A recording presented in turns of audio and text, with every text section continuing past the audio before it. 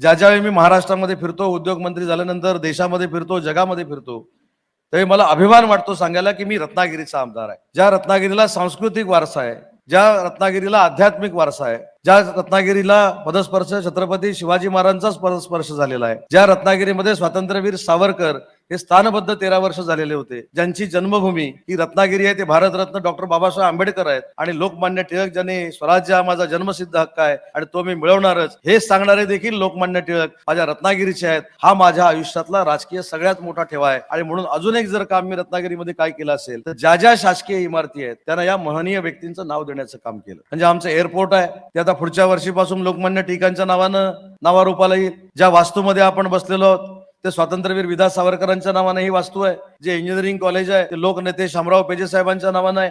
आज आपण सायन्स गॅलरीचं उद्घाटन केलं ते एपीजे अब्दुल कलाम साहेबांच्या नावाने केलेलं आहे. भावी पिढीच्या समोर पुढच्या पिढीच्या